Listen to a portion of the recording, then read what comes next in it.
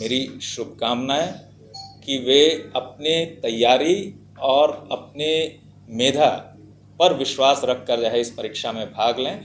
किसी भी प्रकार के अनुचित साधन के प्रयोग के झांसे या उसके प्रलोभन में ना आए, मात्र अपनी और अपनी मेधा पर ही विश्वास रखकर इसमें लें। इसके अलावा किसी भी अन्य प्रकार का जो प्रयास उनका होगा वो दंडनीय होगा और वो उनके आगे के भविष्य के लिए कॉन्सिक्वेंसेस पैदा करेगा है वो। तो मेरी तरफ से सभी को शुभकामनाएं, और मैं ये आश्वस्त कराता हूँ खुद को कि हम परीक्षा परिषद, पुलिस मुख्यालय और राज्य सरकार इस परीक्षा को स्वच्छतापूर्वक और सही प्रकार से कराने के लिए कटिबद्ध है। केंद्रीय चयन परिषद सिपाही भर्ती ने विज्ञापन संख्या 1/2023 जून 2023 में पब्लिश की थी 21,391 सिपाहियों की भर्ती के लिए, और उसी की परीक्षा एक बार अक्टूबर 2023 में आयोजित हुई थी, जिसके बाद जो है उसे रद्द करना पड़ा था। जो है इसी क्रम को हम जो है इस नए सिरे से प्रारंभ कर रहे हैं, जो कि परीक्षाएं 6 चरणों में अगस्त महीने में 7 अगस्त से लेकर के 28 अगस्त तक आयोजित की जाएंगी। पहली तिथि 7 अगस्त है और आखिरी 28 अगस्त है। इसके बीच में 11 अगस्त, 18 अगस्त, 21 अगस्त और 25 अगस्त ये और तिथियां हैं। इस परीक्षा के लिए 17,87,720 अभ्यर्थियों ने रजिस्ट्रेशन कराया है, और इस तरह से प्रत्येक तिथि में करीब 2.5 लाख से 3 लाख के बीच में अभ्यर्थी एग्ज़ाम देंगे। और ये परीक्षा राज्य के सभी 38 राजस्व जिला मुख्यालयों में 545 सेंटर्स में आयोजित की जा रही है। 15 जुलाई से सभी कैंडिडेट्स को उनके संबंध में सूचना मिलने प्रारंभ हो चुकी है।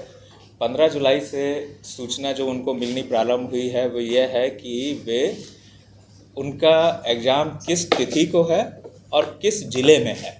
सेंटर और एडमिट कार्ड की सूचना उनको उस समय नहीं दी गई है।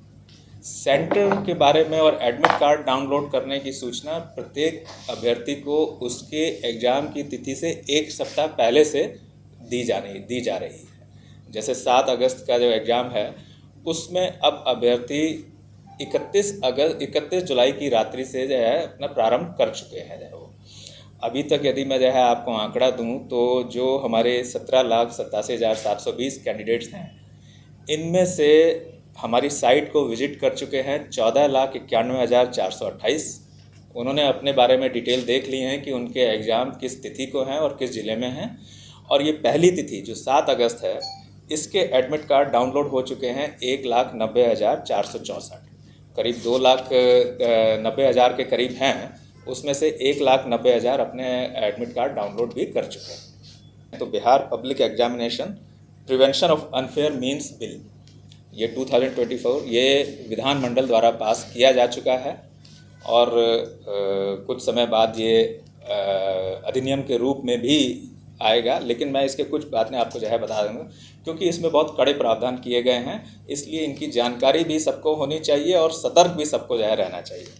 इस अधिनियम में जो अभ्यर्थी हैं उनके अलावा परीक्षा में जो संलग्न पदाधिकारी हैं परीक्षा संचालन में, और कोई भी संस्थान या व्यक्ति या उनके जो है ऑर्गेनाइज्ड ग्रुप्स या हमारे सर्विस प्रोवाइडर्स, जो मैंने कहा कि परीक्षा में संलग्न पदाधिकारी, तो उसमें हमारी परिषद भी शामिल है। इसमें हमको सबको जो है जिम्मेवारी दी गई है कि परीक्षा की शुचिता, उसकी जो है सफाई, उसको अगर कोई दूषित करने का प्रयास करता है, प्रश्न पत्र लीक करने का प्रयास करता है या उत्तर पुस्तिका आदि से छेड़छाड़ करने, इम्पर्सोनेशन, अनुचित साधनों को सुगम बनाने, या फिर जो हमारे सिक्योरिटी एपरेटस हैं या वो प्रोटोकॉल्स हैं या सॉफ्टवेयर्स हैं उनका उल्लंघन करता है। जैसे कि मैं ये कहूँ कि अगर उनको फ़ोटोग्राफ लेना है या डिजिटल फिंगरप्रिंट लेना है, उसमें अगर कोई आनाकानी करता है तो ये भी इसमें दंडनीय है।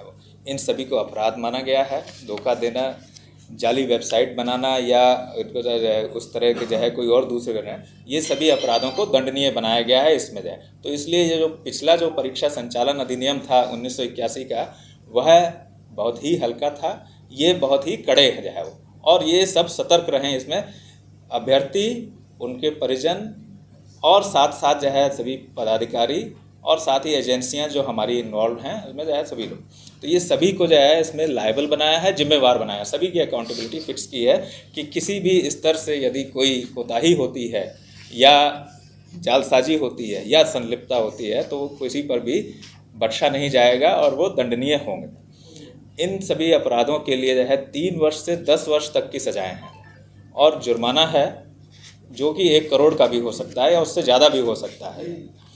और इसके साथ साथ सर्विस प्रोवाइडर या दूसरे जो एजेंसीज़ हैं या दूसरे इंस्टीट्यूशंस हैं जो ऑर्गेनाइज रूप में हमारे एग्ज़ाम को अफेक्ट करने का प्रयास करेंगे या करेंगे, तो उनसे जो प्रोपोर्शनेट राशि है जो खर्च हुई एग्जामिनेशन में वो भी वसूल की जा सकती है और साथ साथ उनकी संपत्ति को भी कॉन्फिस्केट किया जा सकता है।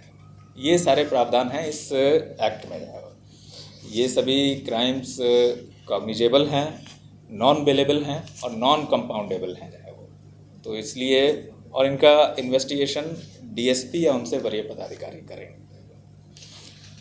तो मेरी तरफ से इस परीक्षा के लिए 7 अगस्त से जो आयोजित हो रही है परीक्षा, उसके बारे में ये बातें थीं।